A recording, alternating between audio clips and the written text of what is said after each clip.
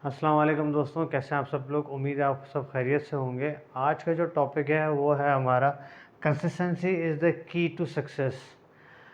इंसान जब तक किसी भी चीज़ को हासिल करने के लिए कंसिस्टेंट नहीं होगा ना दोस्तों, वो कभी भी उस चीज़ को हासिल नहीं कर सकता।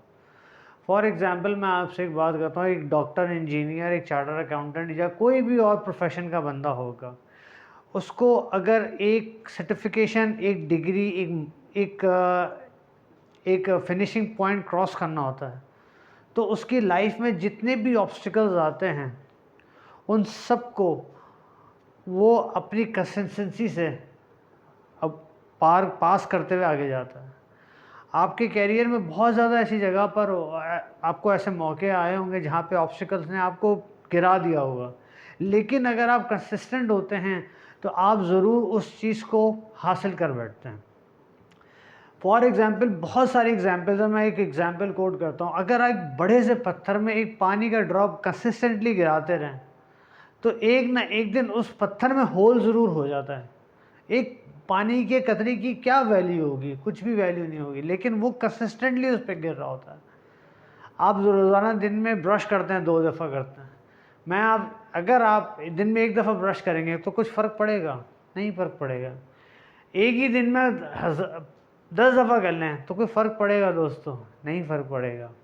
लेकिन अगर आप उसको कंसिस्टेंटली पूरे साल करेंगे तो आपके आपके 30 अच्छे हो जाएंगे। सेम एग्जांपल है कि अगर आप मुझे मिसाल दें कि एक जब लोहे को गर्म किया जाता है, लोहा शुरू में नहीं बनता, उसको उस लावे में भट्टी में रखा जाता है। अगर आप उसको कंटिन्यूसली उस पर रख दें पूरे दिन के लिए तो वो 2 टुकड़े हो जाता है। आप उसको कंसिस्टेंटली उसको रखते हैं, फिर निकालते हैं, फिर रखते हैं, फिर निकालते हैं, तो ही जाके वो लोहा बनता है। तो इसी तरीके से हम हमारा जो प्रोफेशन कहता है ना, आप किसी भी प्रोफेशन से ताल्लुक़ रखते हो, आपको कंसिस्टेंटली उसको उस पाथ को, उस फिनिशिंग लाइन को अचीव करना पड़ता है जिसके लिए आप एक सफ़र कर रहे होते हैं। तो सबसे पहले मैं एक बात करना चाहूँगा इसी कंसिस्टेंसी से मुताल्लिक। हम सबसे पहले अपने आप को आईने में खड़ा होकर एक चीज़ ये पूछें कि हु एम आई, मैं क्या हूँ। आपको उस कंसिस्टेंसी को हासिल करने के लिए भी ना दोस्तों, मैं एक बात बताऊँ आपको। सबसे पहले ये जो कुछ सवालात मैंने लिखे हैं, इनको आपको ऑब्ज़र्व करना पड़ेगा। मैं कौन हूँ, सबसे पहले आइडेंटिफाई करना पड़ेगा। मेरी क्या वैल्यूज़ हैं, मेरी क्या बिलीव है, मेरा पैशन क्या है, मुझे क्या चीज़ अचीव करनी है। अगर आपको एक चीज़ दिल नहीं करता और आप उसके लिए कंसिस्टेंट हो भी, तब भी आप नहीं अचीव कर सकते। दूसरा ये, मेरी डेस्टिनेशन क्या है, मेरा गोल क्या है, मेरा एम्बिशन क्या है। हर बंदे ने कोई ना कोई एम्बिशन ज़रूर बना होगा, मुझे ये अचीव करना है। उसी एम्बिशन के लिए वो कहता है मुझे एक पार्ट डिज़ाइन करना है, एक पार्ट डिज़ाइन करना है। वो उस पर अपने आप से सवाल करता है मैं कहाँ जा रहा हूँ। उसके बाद वो कहता है मेरी लाइफ की प्लानिंग क्या है, मुझे उस चीज़ को किस तरीके से अचीव करना है। यही सारी चीज़ें हैं। और उसके बाद है क्या मैंने वो चीज़ अचीव कर ली है कि नहीं की है। ये कुछ सवालात ऐसे हैं। और क्या उस गोल को अचीव करने के लिए मैं कंसिस्टेंट हूँ नहीं हूँ, ये जो गोल होते हैं ये इसके प्लानिंग फेज पे हम आइडेंटिफाई करते हैं। कि जब इंसान अपने आप को बैठता है, जब आप लोगों ने, मैं आपको मिसाल, जब आप लोगों ने इंटरमीडिएट किया होगा, 12th स्टैंडर्ड पास किया होगा, आपने एक विज़न बनाया होगा। बल्कि बहुत सारे लोग तो 10th में ही या 8th में ही, अब 8th स्टैंडर्ड में अपना विज़न बना रहे थे कि मुझे ये अचीव करना है। उसी हिसाब से वो अपनी पढ़ाई रखते हैं नहीं रखते हैं दोस्तों। मुझे पता है ऑब्स्टिकल्स ज़िंदगी में हमेशा रहेंगे, कभी ख़त्म नहीं होंगे, लेकिन असल इंसान वही है जो ऑब्स्टिकल्स को बोलते हैं चल बे साइड में हट, मैं उसको अचीव करके दिखाऊंगा। इसकी मिसाल मैं आपको ऐसे देता हूँ, मैंने पहले भी कई दफ़ा दी है कि अगर चाय में ऊपर मलाई आ जाए तो आप ये तो नहीं बोलेंगे यार अब मलाई आ गई मैं कैसे पीऊँ उसको। आप उसको मलाई को फूंक मार दो, पिया था। एक ऑब्स्टिकल था ना बीच में, आपको जब आपको चाय नहीं पीने दे रहा था, ऑब्स्टिकल आया, आपने उसको साइड पे किया और पी लिया। अगर मैं आपसे ये कहूँ कि आपको किसी इमरजेंसी सिचुएशन में एयरपोर्ट जाना है, आपकी फ़्लाइट है, बीच में ट्रैफिक है, तो आप क्या सोचोगे कि ऑल्टरनेटिव वेज क्या हैं। ऑब्स्टिकल आए हैं ना दोस्त, आपने रिस्पॉन्ड किया, उसको रिएक्ट नहीं किया आपने कि यार अब तो मैं जा ही नहीं सकता, छोड़ो कल फ्लाइट करवा लेंगे। नहीं, यही चीज़ हम बताते हैं। और हमारे मुआशरे में ना एक बहुत बड़ी ख़राबी है दोस्तों, मैं आपको एक बात बताऊँ, हम फेलियर को ना दिल से लगा के बैठ जाते हैं, चाहे किसी भी प्रोफेशन से ताल्लुक़ रखते हो। हम बिज़नेस करने के लिए सोचते हैं हमारे दोस्त लोग, या हम भाई, या हम जितने भी मेरे भाई या बहनें इस वक्त सुनने, हम फेलियर को दिल से लगा के रख लेते हैं। पहले स्टेज पे ये नहीं सोचते कि पॉजिटिव क्या होने वाला है, पॉजिटिव क्या होगा, हमेशा ये सोचते नेगेटिव क्या होगा। मुझे एक दोस्त एक एग्जांपल से मैं कोट करता हूँ। अगर आपने किसी यूनिवर्सिटी में एडमिशन लिया है, आपने कहा मुझे डॉक्टर बनना है, इंजीनियर बनना है, MBBS करना है, MBA करना है, तो क्या आप पहले उसके नेगेटिव पार्ट सोचोगे या पॉजिटिव पार्ट सोचोगे? आप ऑब्स्टिकल्स को बोलोगे वो तो उसका पार्ट है, वो तो मुझे निकालना ही निकालना है। अगर एक टफ सब्जेक्ट आ जाता है तो आप क्या उसको बोलते हो सर ये तो मैं पास नहीं कर सकता? नहीं दोस्तों, आप उसके लिए भी मेहनत करते हो, फेल होते हो फिर आगे जाते हो, फिर फेल होते हो फिर करते हो नहीं करते हो दोस्तों। तो जब इतनी मेहनत अपनी एजुकेशन पे लगाते हो तो अपने गोल को अचीव करने के लिए क्यों नहीं करते हो दोस्तों? क्या वो सिर्फ जो कागज़ का एक टुकड़ा जो है वो क्या नौकरी हासिल करने के लिए मेरे दोस्तों, जिसके लिए आपने इतनी मेहनत की है, जिसके लिए आपने दिन रात एक की है, अपने माँ बाप का पैसा लगाया, क्या उस डिग्री को सिर्फ उस डिग्री का लेने का मकसद क्या नौकरी है दोस्तों? नहीं दोस्तों, वो इनोवेशंस हैं जो आपने वहाँ सीखी हैं, वो एक्सपीरियंसेस हैं, वो स्किल्स हैं। यही मैं आप लोगों से आज का मौजू डिस्कस करने वाला हूँ कि अगर आप किसी बिज़नेस एंटरप्रेन्योरशिप के बारे में सोचते हो कि मुझे बिज़नेस एंटरप्रेन्योर बनना है, तो पहले उसके पॉजिटिव साइड सोचोगे। आप बहुत सारे लोग आप लोग को बोलेंगे तो नहीं कर सकता, माँ बाप कहेंगे अब तो नहीं कर सकता। यही नेगेटिविटी हम मिडिल क्लास में माशरे में होती है। मेरा सवाल उन सब माँ बाप से हैं। आप लोग अपने माँ बाप से कभी पूछेगा, बहुत सारे माँ बाप पेरेंट्स जो हैं वो बिज़नेस माइंडेड ही हैं, तो आप मुझसे पूछेगा कि बाबा जब आपने बिज़नेस शुरू किया था तो क्या आपने रिस्क नहीं लिया था?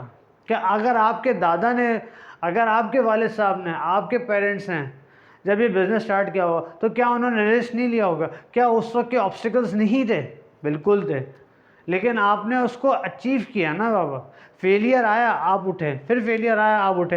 मैं आपसे एक और एग्जांपल इसी फेलियर से कोट करता हूँ। अभी बारिश हुई बहुत ज़्यादा बारिश हुई है हमारे कराची में। 9-10 मुहर्रम का जो एक ब्लास्ट हुआ था वो सबको याद है। पूरी टावर, पूरा एम्प्रेस मार्केट सब ख़त्म हो गया, वो पूरा जोड़िया बाज़ार वगैरह सब ख़त्म हो गया था। क्या वहाँ के लोगों ने हाथ के हाथ धरे बैठे क्या?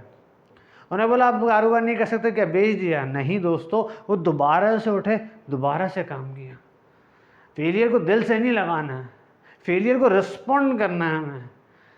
फेलियर पे रिएक्ट नहीं करना, फेलियर पे रिस्पॉन्ड करना है। मैं आज भी तो आपके पेरेंट्स इतना अच्छा बिजनेस करते हैं, किस लिए करते हैं? आप लोग के उस चीज़ को, अपने गोल को अचीव करने के लिए करते हैं ना। जब आपके माँ बाप आप पे इतना पैसा लगा सकते हैं कि यार नहीं, मैं अपने बच्चों को पढ़ाऊँगा, पढ़ा के एक डिग्री दूँगा, क्या उस डिग्री की वैल्यू सिर्फ एक नौकरी हासिल करने के लिए मेरे दोस्तों? मैं आप लोगों से सवाल करता हूँ, नहीं। मैं आप लोगों से, हम स्पेशली एशियन, स्पेशली पाकिस्तानी इतने टैलेंटेड है ना, इतने टैलेंटेड है, लेकिन सिर्फ घर की तरफ से प्रेशर आने की वजह से वो $1 मिलियन आइडियाज़ जो हमारे दिमाग और दिलो दिमाग में होते हैं ना, हम उसको इम्प्लीमेंट या एग्जीक्यूट नहीं कर पाते, क्योंकि हम नेगेटिव लोगों की सोच में लोगों के साथ बैठते हैं। जब नेगेटिविटी इतना बड़ा ख़तरनाक, ये मैं आपको बताऊं, इतना बड़ा ख़तरनाक चीज़ है ये कि अगर आपके दिमाग में नेगेटिविटी बैठ गई ना, तो आप कभी पॉजिटिवली नहीं सोचोगे दोस्तों। मैं इसकी एक एग्जांपल इस तरह देता हूँ, जब एक किसान फसल काटता है, अगर वो ज़मीन को ऐसे ही छोड़ देगा तो जंगली झाड़ियाँ खुद से निकल आएंगी। ऐसे ही है ना, जंगली झाड़ियाँ खुद से निकल आएंगी। लेकिन अगर उसको अच्छी फसल उगानी है तो उसको अच्छा बीज लगाना पड़ेगा, उसको पानी देना पड़ेगा, उसको कीड़े मकोड़े से बचाना पड़ेगा, यानी कि उस पर मेहनत करनी पड़ेगी, तब अच्छी फसल निकलेगी, नहीं निकलेगी दोस्तों। लेकिन अगर ऐसे ही छोड़ देगा तो ख़राब ही फसल निकलेगी ना दोस्तों। तो मेरा छोड़ दो उस फ्री फंड की संगत से जहाँ पे नेगेटिविटी क्रिएट होती है। आप मुझे एक मिसाल देना, अक्सर लोग आपको, जब आप बिज़नेस अपॉर्चुनिटी या एंटरप्रेन्योरशिप बनने के लिए सोचते हैं तो बहुत सारे लोग आप लोग को जो है ना एक ताना मारते होंगे कि यार तू मुझे बता रहा है पैसे कैसे कमाते हैं। ऐसी बातें आती है ना, सब लोग कहते हैं हमसे ज़्यादा तजुर्बा है। यही कमेंट सुनने को मिलते हैं ना। वो कहते हैं नहीं यार ये कारोबार तो नहीं चलने वाला। यही बातें करते हैं ना, उस चीज़ के बारे में जिसके बारे में कभी ज़िंदगी में रिसर्च नहीं की है, कभी सोचा नहीं है, लेकिन फिर भी क्या है, नेगेटिव कमेंट्स आते हैं। पॉजिटिव कमेंट्स क्यों नहीं आते हैं? क्योंकि हम उन लोगों के साथ बैठते हैं जो नेगेटिविटी क्रिएट करते हैं। बहुत सारे लोग, आप लोग कहते हैं नहीं बाबा इससे बहुत पैसे आएंगे, इससे हम घर गाड़ी सब ले लेंगे। कोई भी वो आपका रिश्तेदार होगा, वो कहेगा तू ले लेना, हम तेरी गाड़ी में बैठ के चले जाएंगे, तू ले लेना, हम तेरे घर में रुक जाएंगे। यही बातें करते हैं, यही बातें सारे करते हैं। तो मेरे दोस्तों, यही दुआएं जो होती है ना उसकी, जो उसकी ये जो नेगेटिविटी होती है, जिसको आप इग्नोरेंस करते जाते हैं, एक टाइम ऐसा आता है जो उसके मुंह पे ताला लगा देता है कि वाकई तुमने अचीव करके दिखाया है लेकिन टाइम इस वक्त है आप लोग के पास।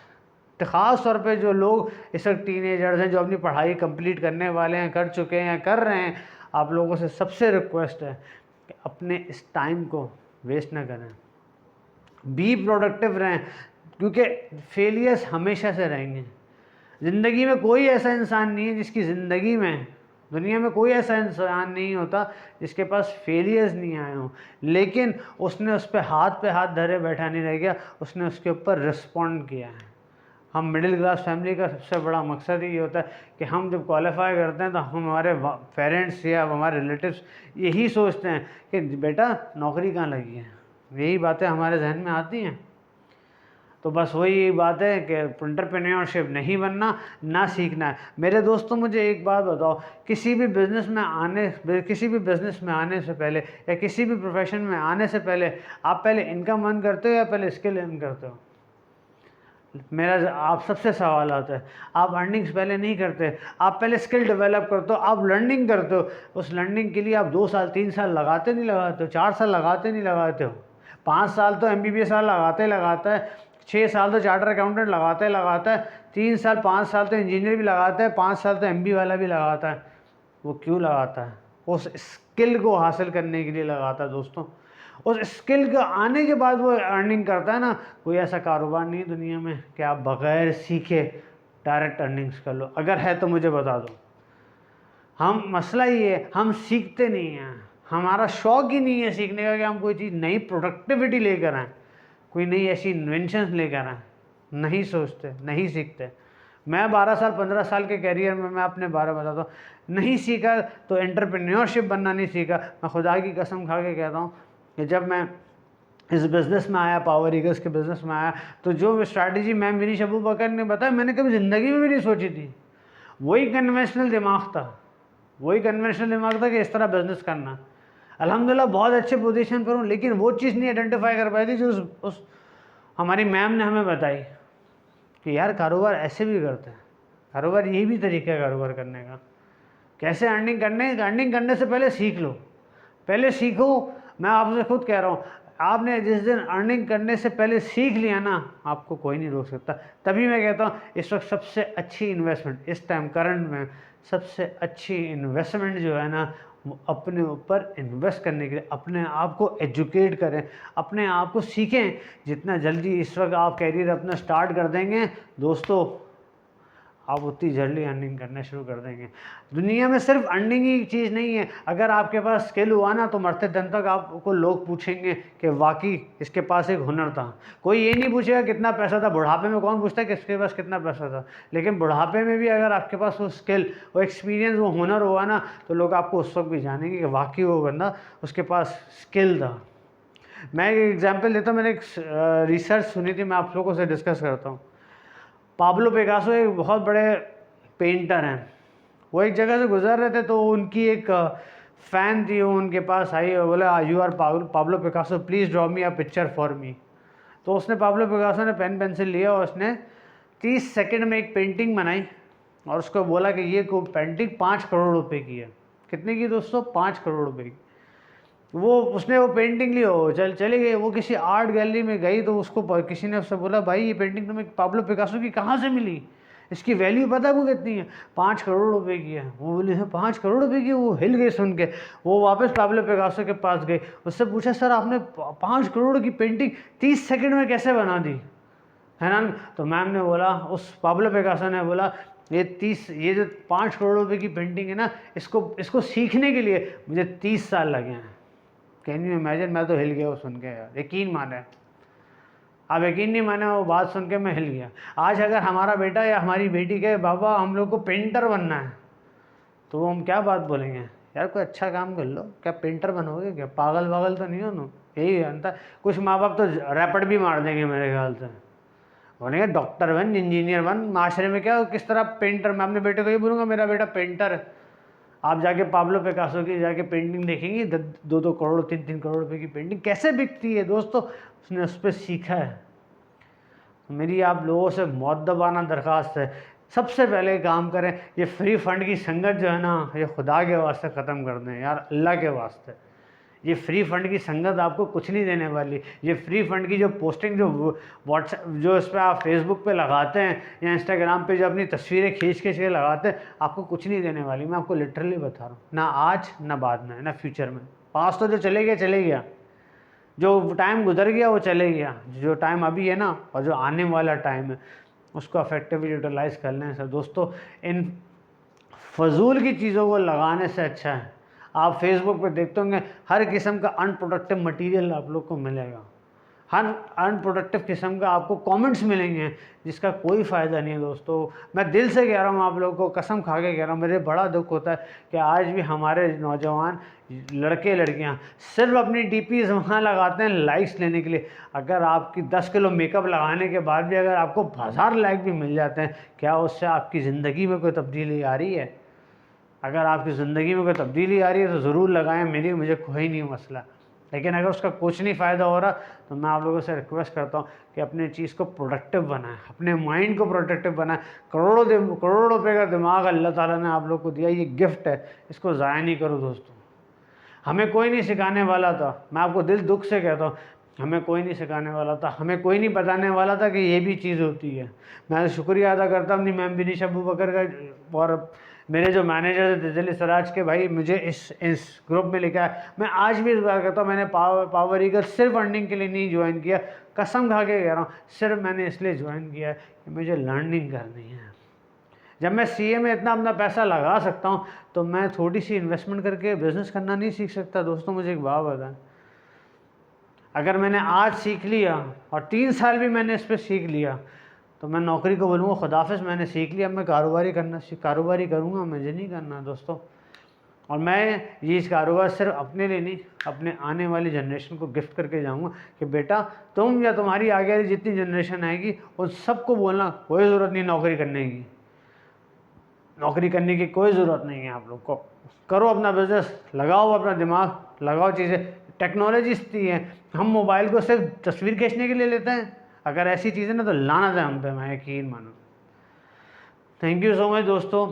मैं हमेशा से जब तक मेरी ज़िंदगी है ना, मैं आप लोग को मोटिवेट करता रहूँगा, क्योंकि मैंने अपनी लाइफ में बहुत फेलियर्स देखे और मैं नहीं चाहता कि मेरे जो आने वाले दोस्त जो मेरे सुन रहे हैं इस वक्त उनको भी ये फेलियर करने का सामना मिले। फेलियर्स आना, घबराना नहीं दोस्तों, ये part and parcel of your life है। एक बॉडी बिल्डर भी जो है ना, एक दिन में 1000 किलो 100 किलो का वज़न नहीं उठा लेता है, स्टेप बाय स्टेप उसको जाता है। 5 साल 10 साल 15 साल के बाद वो एक परफेक्ट बॉडी बिल्डर बनता, उससे पहले नहीं बनता दोस्तों।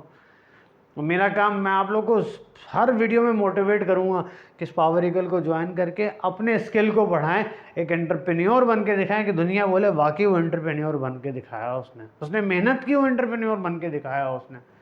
दुनिया ऐसा वक्त आप लोग को जलील करेगी, बोलेगी, मत सुनना उनकी बात। अगर एक बंदा आपको गाली दे भी देता है कि पागल का बच्चा है एंटरप्रेन्योर बन रहा है, बोले 2 और दे दे मुझे, कोई फ़र्क पड़ेगा आपकी ज़िंदगी में? वो कहेगा एंटरप्रेन्योर बन रहा है, साला गधा है, तुम गधे हो जाओगे। शीशे में देख लेना, दुम तो नहीं निकली हुई मेरी, नहीं निकली होगी ना दोस्तों। लेकिन 2 साल के बाद जब तुम वाकई एंटरप्रेन्योर बन जाओगे ना, तो तुम उसको बोलोगे तू गधा था, मैं तो इंसान ही था, तू गधा था। मेरे दोस्तों, मेरी रिक्वेस्ट आपसे, मैं आपको ज़िंदगी भर मोटिवेट करता रहूँगा, मरते दम तक मैं आप लोगों को मोटिवेट करता रहूँगा। मैं अपने बच्चों को भी मोटिवेट करता था, कभी नेगेटिव थॉट्स दिमाग में नहीं लेकर आना, हमेशा पॉजिटिव रखना कि नहीं अचीव होगा मामा, बाबा अचीव होके दिखाएगा। जैसे आपने आज इस बिज़नेस को, एम्पायर को खड़ा किया, आप किस तरह खड़ा किया आपने मेहनत करके ना, इस तरह मैं भी खड़ा करके दिखाऊँगा। Thank you so much. मेरी वीडियो पसंद आई तो प्लीज़ मुझे कमेंट ज़रूर कीजिएगा यार दोस्तों। मुझे लाइक्स सब्सक्रिप्शन वगैरह नहीं चाहिए। आपकी दुआएं मुझे मिल गई ना, मेरा बेड़ा पार हो जाएगा। आपकी दुआएं मिल गई, आपने अपनी लाइफ को बदल लिया, मेरे लिए इससे अच्छी कोई चीज़ नहीं है। Thank you so much. अपना बहुत ज़्यादा ख्याल रखिएगा। इंशाल्लाह एक नया टॉपिक के साथ आपकी खिदमत में ज़रूर हाज़िर हूँगा। अस्सलाम वालेकुम।